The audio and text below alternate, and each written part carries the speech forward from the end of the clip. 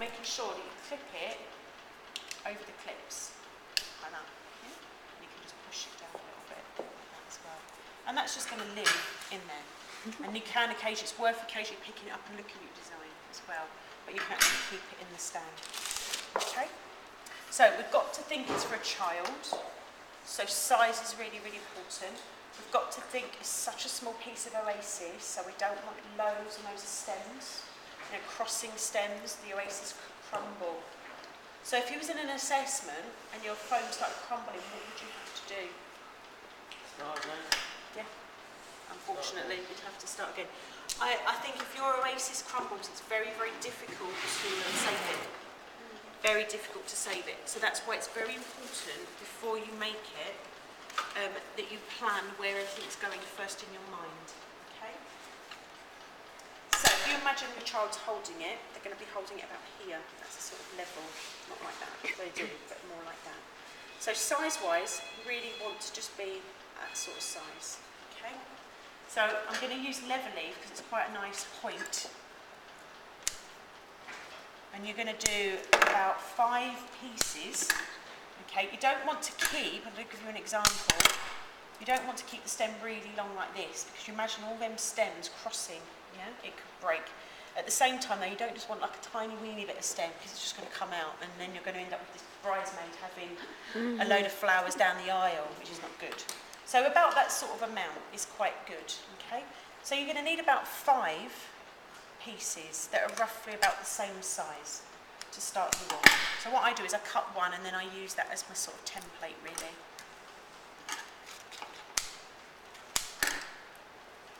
Okay, so roughly 5. You'll put more in after. So remember they're holding it here. So you don't want the, your foliage fanning up, so you don't want your customer to see all this plastic. So we're actually going to place it slightly angling downwards. Okay, so it's quite horizontal. And you're going to look at it from a bird's eye view. This is why you might have to occasionally pick it up. And evenly around the cage, place the 5 pieces. Okay, evenly around.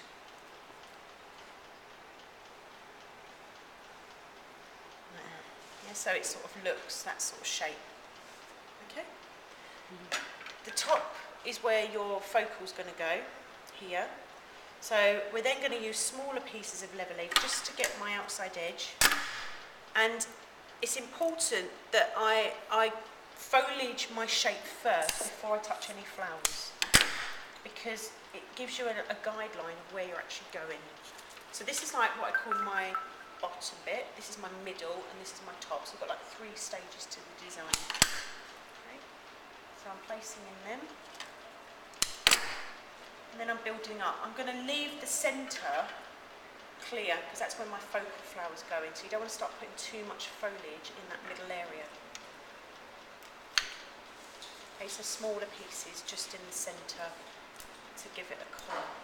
This is just the base foliage, okay? So we might use another foliage which would class as sort of a choice foliage after. Okay. So we're just building that shape up around. Occasionally take it off, look at it from a bird's eye view. I'm actually going to change one of these pieces because to me it actually looks no, a little bit smaller than the others, not quite the right size. Okay, so you've got a star shape here. Now we don't want a star shape, we want a circle. So these gaps here, we're going to fill in with another foliage so it creates a bit of interest. Things like eucalyptus is good. And things that have got a nice point, but we're going to use a little bit of mint fern, okay, just to create a bit of an edge. Okay, so we're going to bring my pattern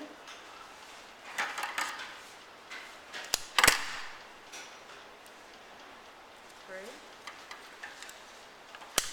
Imagine they're walking down the aisle for their wedding. They want to, guests are going to see it from the sides, aren't they? Yeah? So the sides are just as important as the front. So you need to always make sure that you cover your sides as well. Yeah? What we're not going to do though is what I call over foliage. That there is so much foliage, there's no room for your flowers. So you're just going to do your main space. Then I'm doing some shorter bits. Okay, shorter bits. maybe a little bit at the top as well. Okay, so that's my sort of base shape for the moment. That's where I'm going. If you imagine your hand, what I tend to do is imagine a dotted line coming up. Yeah, so this is the sort of shape that we want to be creating. Not like a peak, not flat, yeah, a nice dome shape, a nice curve. So that's what you need to be visualising in your actual mind, yeah, for this.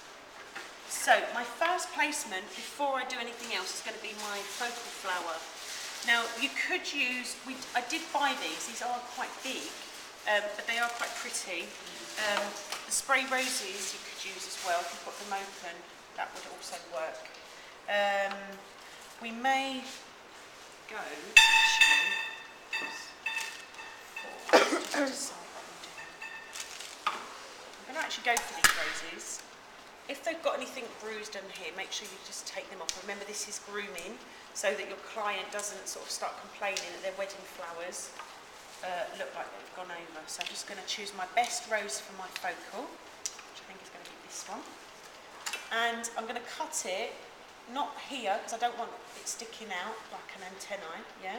I don't want it really, really low down here, so I'm going to cut it about here, okay, for the minute. Nice sharp angle as well. Okay, so remember that dotted line, like that, yeah? That's where my focal needs to be. So this is where you decide and you're happy you're going to go for it, right in the centre, okay? You push it in, like that, okay? Looks a bit strange for the minute. Now those that have been working on their colour assignment will know the primary colour harmonies. The red, what's the other one, primary? Red, yellow, blue. Okay, can you remember the placements? Can you visualise those placements on that colour wheel? Yeah. Yeah, so where are they placed? Are they equally spaced or together? Yeah, three equally spaced. So this is exactly the same. So think about that primary colour harmony. Yeah, equally spaced on the colour wheel. So this will be like your red, this will be your yellow, and this will be your blue. Yeah. So you now need to place your other three. Just taking off the petals. I do find sometimes it's useful to hold, but you can also do the bouquet. So do you remember I said that dotted line? And in the middle area, not the bottom here, the middle area, you're going to slightly angle your stems and you're going to evenly space, see that dotted line coming around? Yeah? That's what we call profile. So I'm equally going to space my three other roses. And sometimes looking at it from a bird's eye view really helps as well. Again, you need to be happy of where it's going before you place it in.